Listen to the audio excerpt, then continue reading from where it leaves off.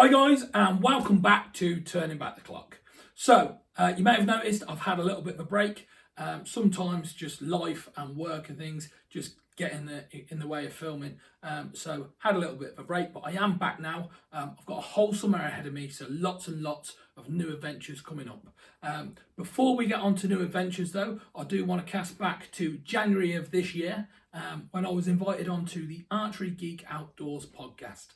Now, this is an archery-based podcast run by a guy called Richard Clark, who I know from the Archery Club. And Rich invited me on to talk a little bit about Turning Back the Clock and why I started this journey. And we go on to have quite a decent discussion about Turning Back the Clock and archery, a bit of a laugh and a joke, and it actually turned out to be a really, really good interview. And actually the first time I've ever been interviewed for anything really, so quite pleased with how it went. So let's take a look at that. Okay guys, so I've never been on a podcast before, so I'm actually quite excited about how today's going to go. Obviously I'm used to talking to you guys on the camera, so I'm not nervous in any way, but I haven't had a lot of time to prepare, so I don't actually know what questions I'm going to get asked. So yeah, a little bit of mystery about it. Richie's a great guy anyway, so should be good. He knows loads about archery as well, so if you are interested in archery, I definitely recommend heading over to the Archery Geek Outdoors podcast. It's on Amazon, it's on Spotify, and it is free to listen, so you can just tune in and listen. I think he's got probably about 40 odd episodes on there, and they are really, really good. So yeah, head over there and check it out. I'm not going to publish all of the podcast on my channel today on Turning Back the Clock. I'm going to let you guys head over there and have a listen for yourselves.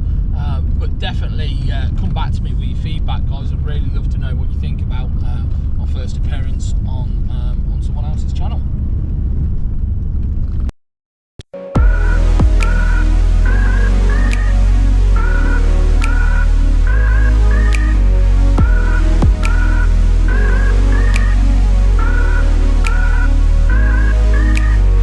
Welcome to Archery Geek Outdoors.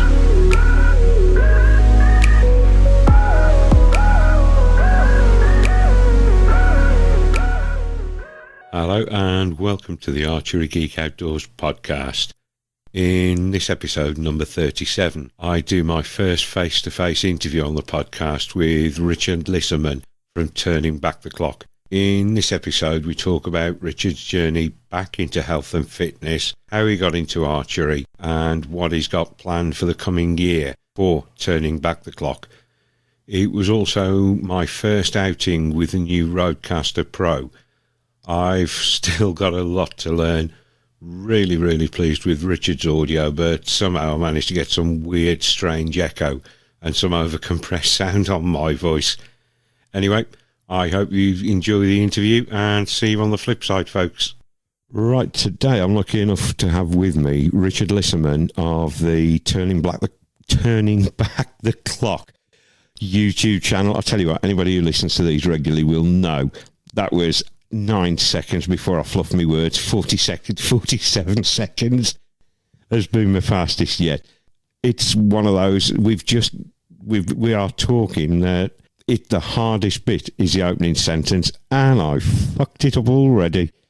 I mean, what were you saying, Rich, about when you film vlogs? How many takes will you do before you get started? Well, I mean, as I was saying, for example, on my way here today, I was filming in the car, thinking about sort of how I was going to sort of explain to the viewers where I was going, what I was doing, and I'd kind of got in my head originally what I wanted to say.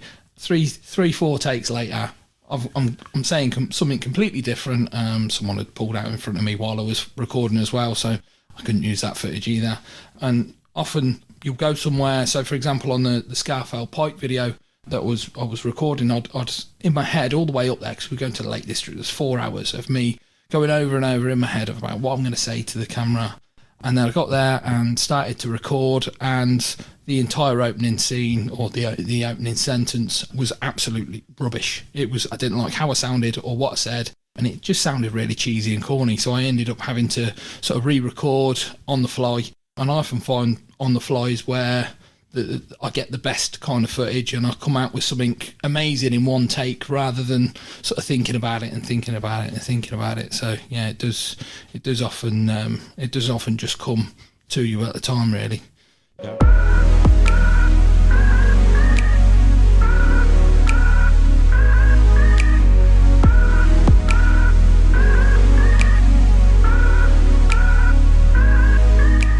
What made you want to start the YouTube channel? I've always been into kind of like films and kind of film productions, and quite hilariously, me and my mates as kids, because we were big into martial arts, and it was before kind of YouTube really existed, we had this crazy idea we were going to make a martial arts movie. So we got a load of DV cams and an editing suite, and we were sort of halfway through making a martial arts movie until we all grew up and stopped, basically. Got jobs and started having families. Life got and things. in the way.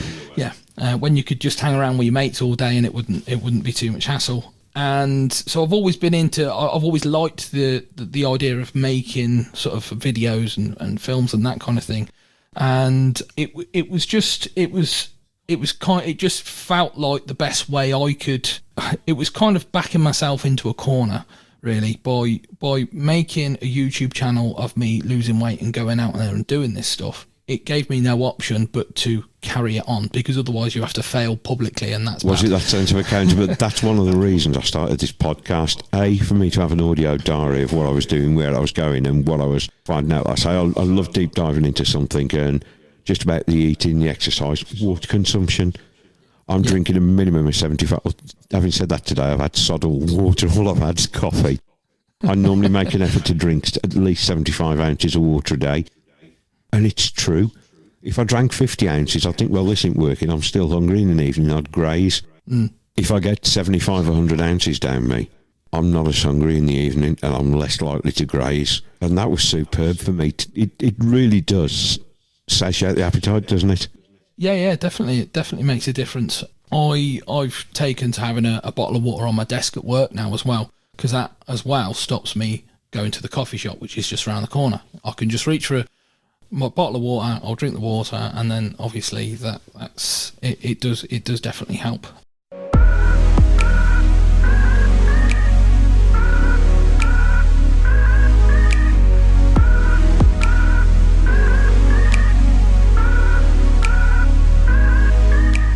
I do like interaction from viewers and things like that, and as I say, to this day, everyone's been quite kind as to, especially at the start. I mean, I put out my first video, and I worked at a company at the time where there was sort of 150 sort of lads who were all on the tools, all out drinking all the time, having a laugh. Oh, that can be a brutal environment.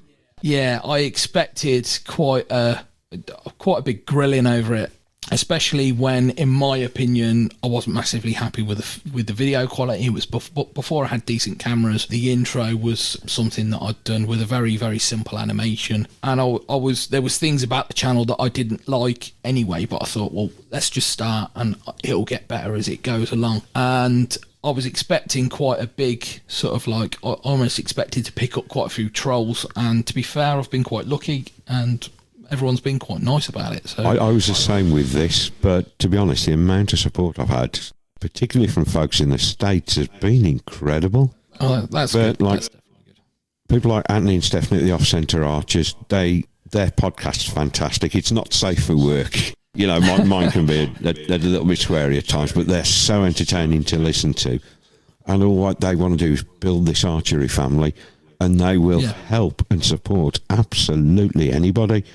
My very first episode went up, and I haven't got the foggiest how they managed to find it, but within 15 minutes of it going up, they'd retweeted it. And I replied and said, wow, thanks for that, because I'd been listening to them for a while. Yeah. And we just started this conversation, and we'll backwards and forwards with emails, and they're an absolute goldmine of information. But it is nice when you get that support, and I think, like I say, the whole thing about the Couch to 5K, doing it at night, of course, you don't want to see you don't focus to see a fat bloke trying to run around the street. Yeah. It does. Do you ever feel very exposed doing it? Because, I mean, naturally, around people I know, I'm slightly more extrovert. Naturally, I'm very introverted and very shy. Do you find it? Yeah. Do you ever feel vulnerable and kind of exposed doing these? Sometimes. I mean, I think definitely towards the start, and the more that it's gone on, and the more that sort of when people find out you do sort of a YouTube channel, they go, "Oh, right, okay, let me have a look," and then you show them, and they go, "Oh, okay, it's a proper channel kind of thing. It's not just me stood in my kitchen or something like that." And right at the start, I was, as I say, I was a lot bigger and I was a lot less fit, and I was concerned, especially a lot of the time when I'm kind of showing things like, for example, my weight loss on my waist, and I thought, you know what, I'm going to put that out there, and I'm going to have a sea of comments come in and a load of hate and things like that. And there's definitely that point where you think, oh, I don't know how this is going to go down. I don't know how people are going to react. But as I say, I think I've been quite lucky with that.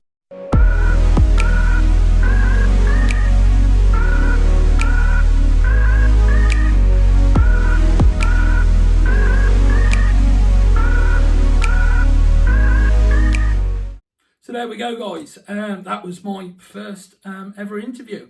As I said at the start of the video, the podcast is actually published on Spotify. It's also on Amazon Audible. I've put a link to the podcast in the description of the video below as well. I just want to say a really big thanks to Rich Clark from the Archery Geek Outdoors podcast for having me on the show. Really enjoyed it, and hopefully I'll get to tie up with Rich again at some point in the future. To be fair, I want to do a video on him teaching me how to shoot a compound bow, because I've actually only shot recurve bows up until now. So that hopefully should be a fairly interesting video to go out. That's about all we've got time for today, guys. Thanks for joining me again. As I said at the start of the video, plenty more adventures coming up, so stay tuned.